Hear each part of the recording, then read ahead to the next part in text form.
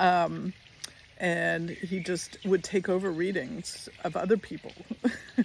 He was very insistent. He was a very insistent ghost. So, so just, at one point, years later, I had a woman come up to me in a coffee shop and ask me if my husband or boyfriend had died recently.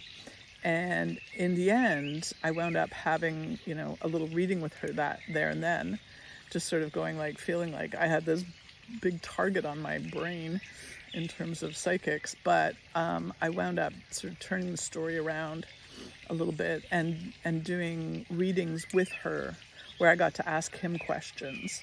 And a lot of the answers wound up in my second book, which was called Remember the Moon.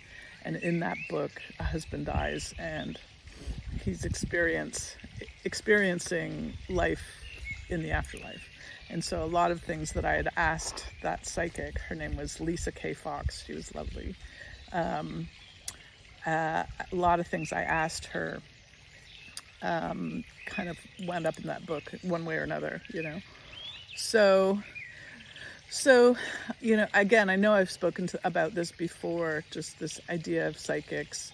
Now, all these years later, I'm still sort of psychic curious, I guess you'd call it, but I don't have the same need that I did at one point, where I was just sort of desperate for messages. And I think it's pretty common amongst widowed people who, do kind of seek out that, that reassurance that there is something else out there, that things just aren't,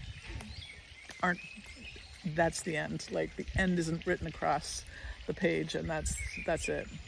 So, I don't know. Hopefully that's helpful for people. Thanks for listening.